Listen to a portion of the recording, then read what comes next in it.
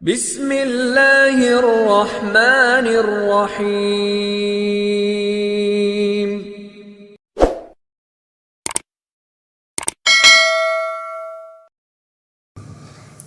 Assalamualaikum warahmatullahi wabarakatuh.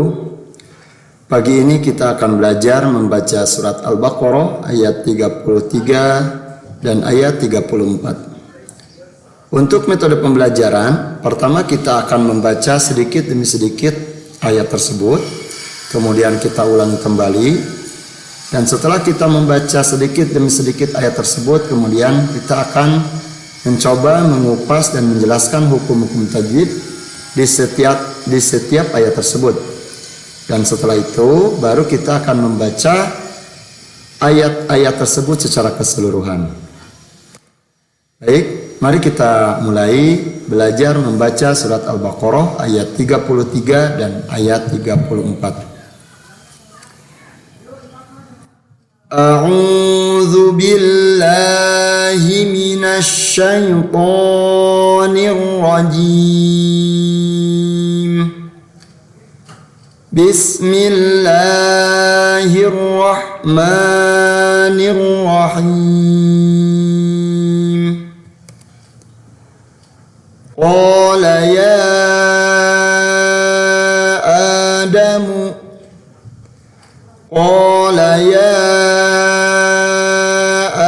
Adamu anbi'hum bi asma'ihim Qala ya Adamu anbi'hum bi asma'ihim falamma anba'ahum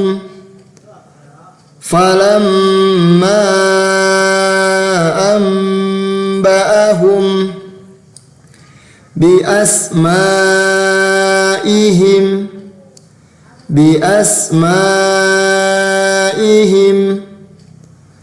falamma anba'ahum bi asma'ihim qala ya Adamu anbi'hum bi asma'ihim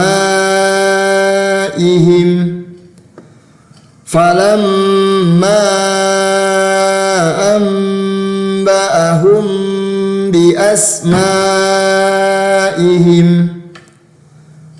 qala alam aqul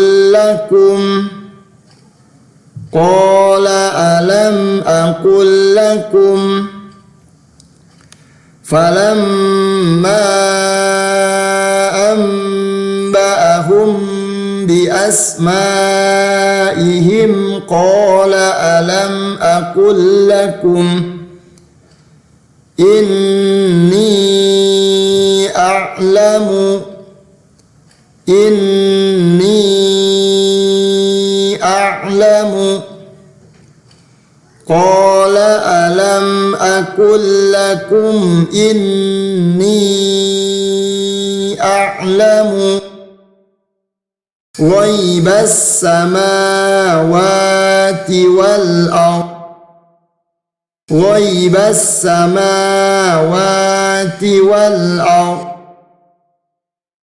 qala ya Adamu anbi'hum bi asma'ihim falamma anba'ahum bi asma'ihim qala alam aqul lakum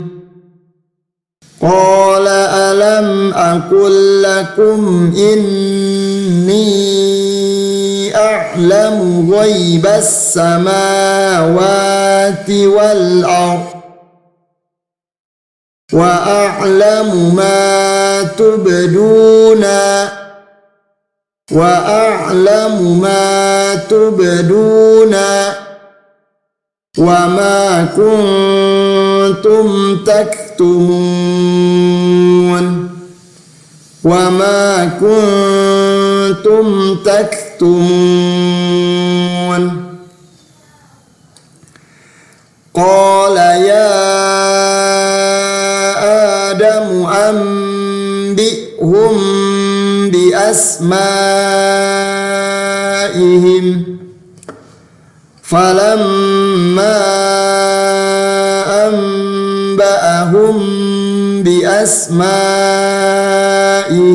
qala alam aqul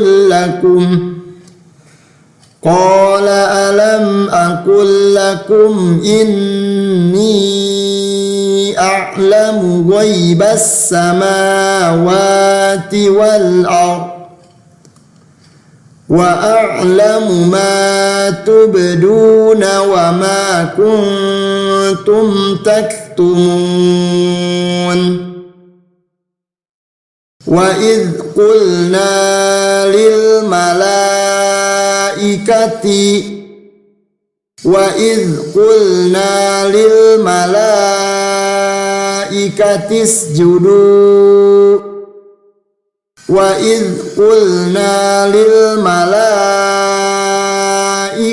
isjudu li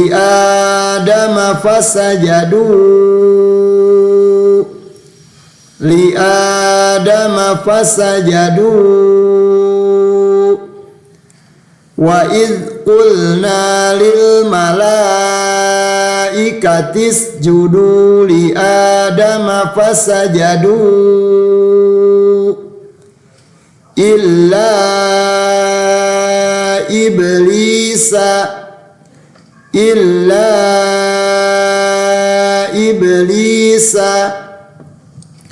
wa idh qulna lil malaikati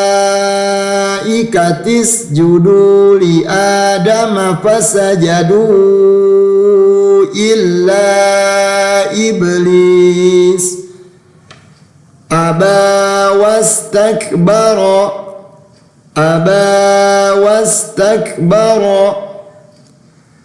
fasajadu illa iblis aba wastakbara wa kana minal kafirin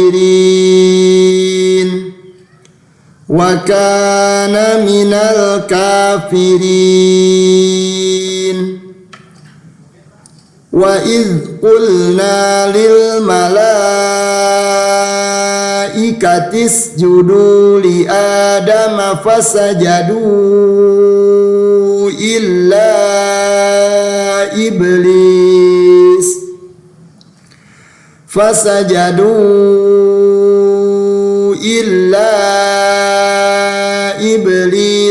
aba wastakbara wa kana minal kafirin.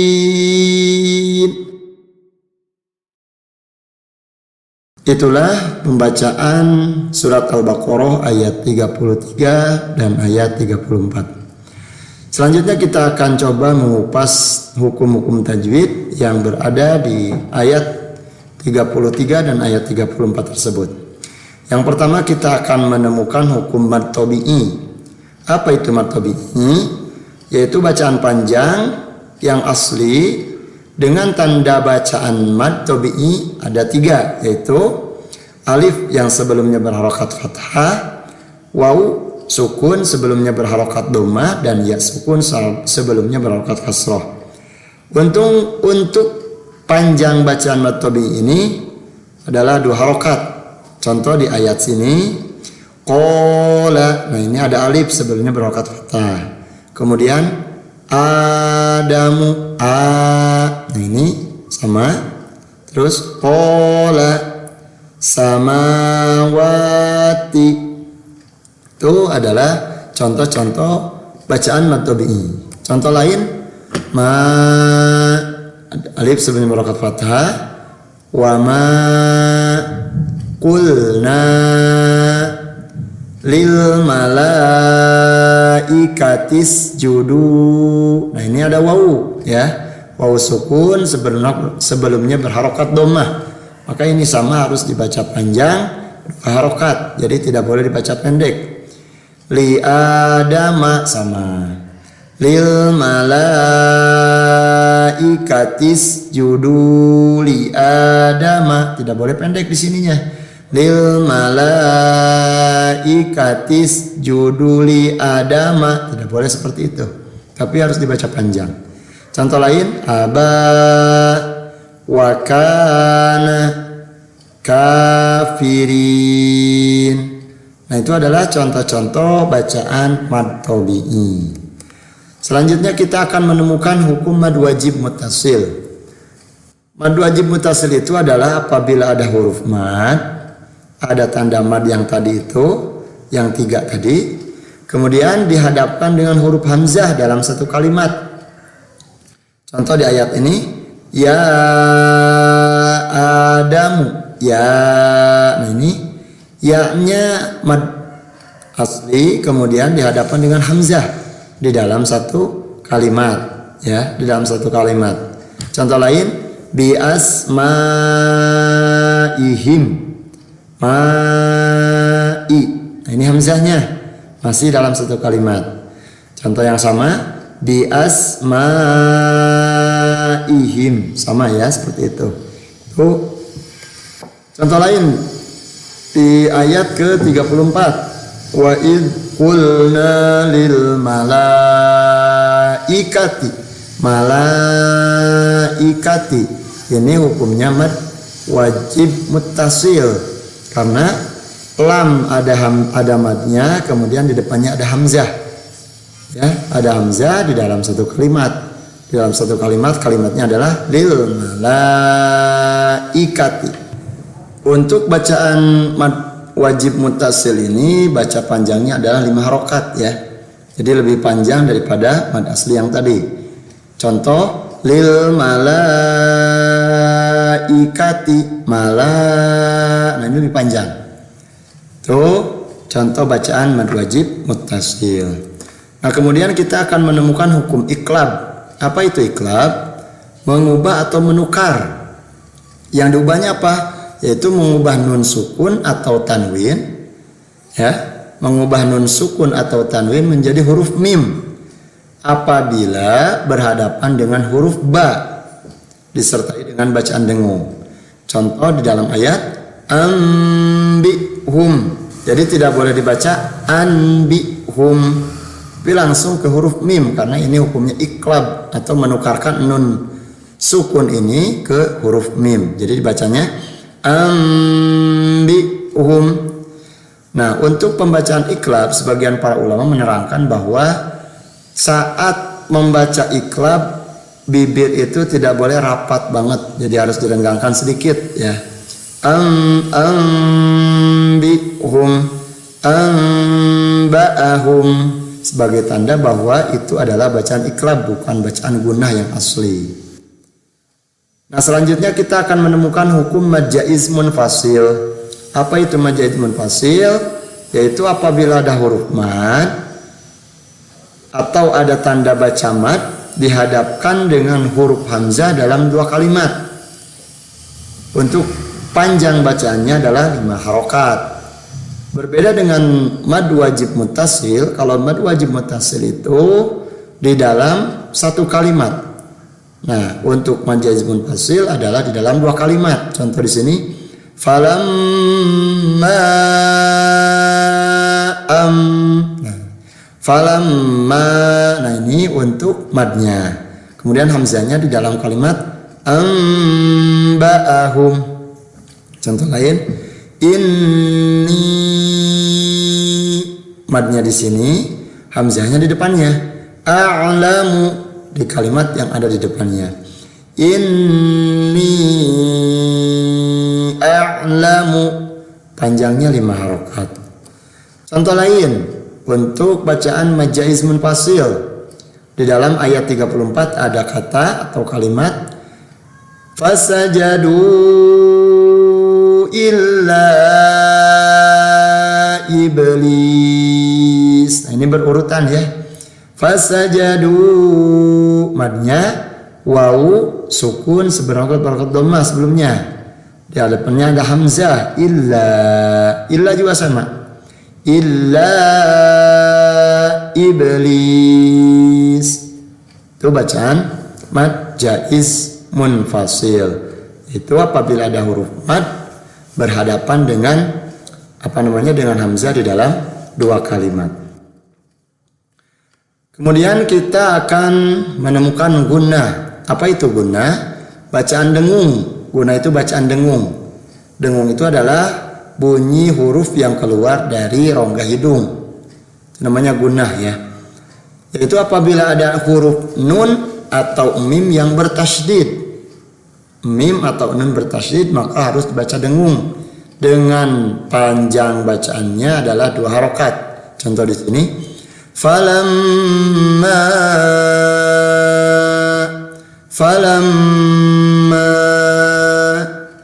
inni. Jadi ditahan dulu, tahan 2 harokat. Dengungnya ditahan dulu, tidak boleh langsung. Falamma inni a'lamu, tidak boleh seperti itu, tapi ditahan dulu. Falamma inni, itu bacaan gunnah. Terakhir kita akan menemukan hukum bacaan mad arid lisukun, yaitu bacaan mad atau bacaan panjang yang disusul oleh huruf sukun karena waqaf. Panjang bacaan mad lisukun ini bervariasi, bisa dibaca 2 harokat, bisa dibaca 4 harokat, bisa pula dibaca 6 harokat. Nah, dalam pembacaannya mad arid lisukun ini harus konsisten. Ketika kita membaca 2 harokat, maka semuanya harus dibaca 2 harokat. Begitupun ketika kita membaca 4 harokat, maka semuanya harus dibaca 4 harokat, diseragamkan. Dan apabila kita membaca 6 harokat, maka semuanya itu harus dibaca 6 harokat. Contoh di dalam ayat 33, wa ma kuntum taktumun.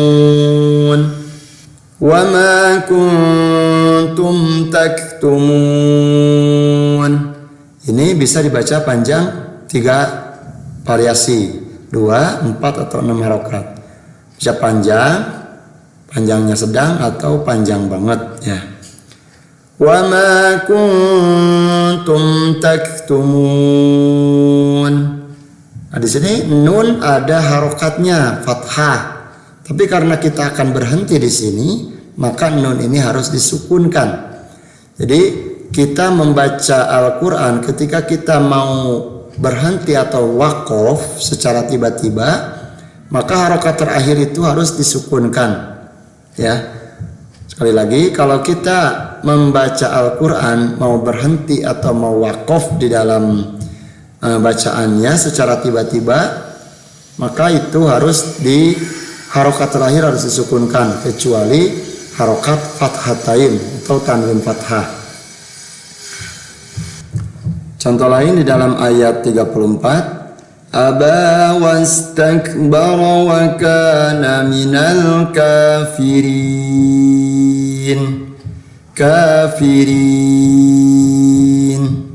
Bisa lebih panjang, kafirin.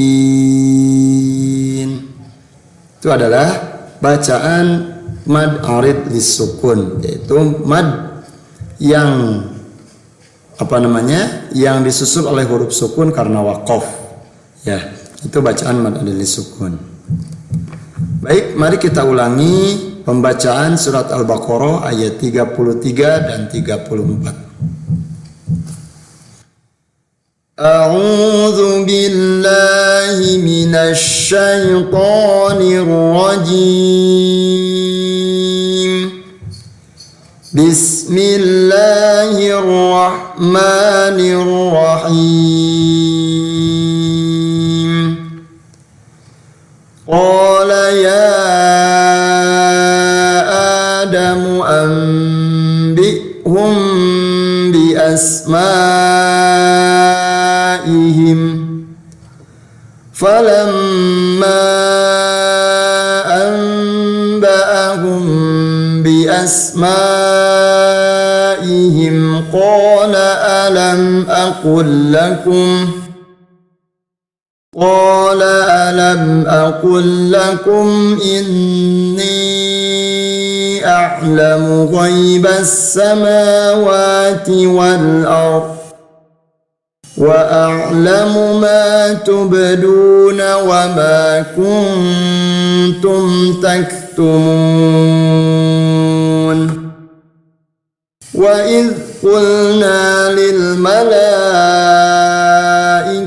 اسجدوا لآدم فسجدوا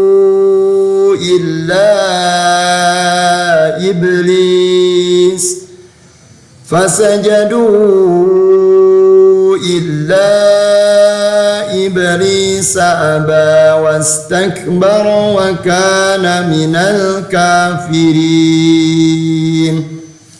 صدق الله العظيم.